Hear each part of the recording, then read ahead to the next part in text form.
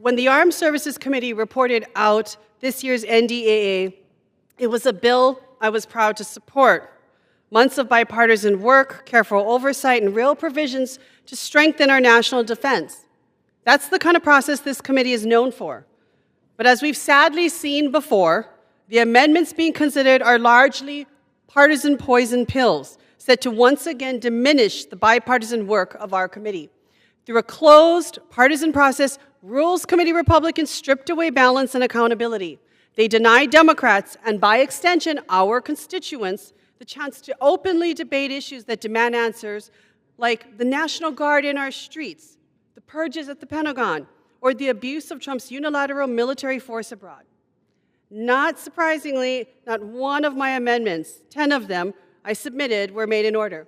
So let me tell you what Republicans apparently don't care about. Accountability for predators.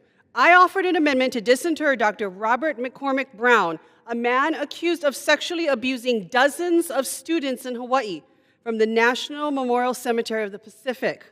A predator like that does not deserve to rest amongst heroes. But Republicans said no. By refusing to act, they're once again protecting a pedophile, allowing him to lie in a place of honor instead of standing amongst survivors and justice. Taking care of veterans. I propose suspending commissary debit card fees that unfairly tax veterans and their caregivers. I also propose eliminating medical copays for Native Hawaiian veterans, the same health care benefits that Native American and Alaska Native veterans currently receive. Republicans said no. Apparently, they believe veterans should keep getting nickeled and dimed for basic health care and food. Safe housing for service members. I proposed an amendment to increase investment in barracks for unaccompanied service members and establish clear timeliness standards for maintenance work orders.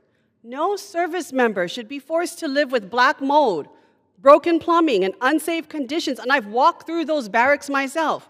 But Republicans said no, again. I guess they're fine sending troops off to war and combat than sending them home to live in squalor. Standing up to China, I introduced an amendment requiring congressional approval before advanced AI chips, critical to our most sophisticated weapons and intelligence systems, could be exported to Beijing, blocked. I also proposed raising the Taiwan Security Cooperation Initiative cap to $8.5 billion, fully paid for with existing tariff revenue that's coming in to strengthen Indo-Pacific deterrence. Republicans still said no. If this is their idea of strength, China will be the one that wins. And it wasn't just me that didn't get amendments included in the NDA. Many of my colleagues put forward common sense ideas like prohibiting the deportation of veterans without due process, as in the case of my constituent, Mr. Se-Jun Park, or clarifying that the National Guard can't be turned into an immigration police force, and yet both of these amendments were blocked. Ms. Speaker, here's the truth. It's an intentional choice that we make to take an oath to be of the people and for the people. In a democracy, we debate, we vote, we let the American people see exactly where we stand.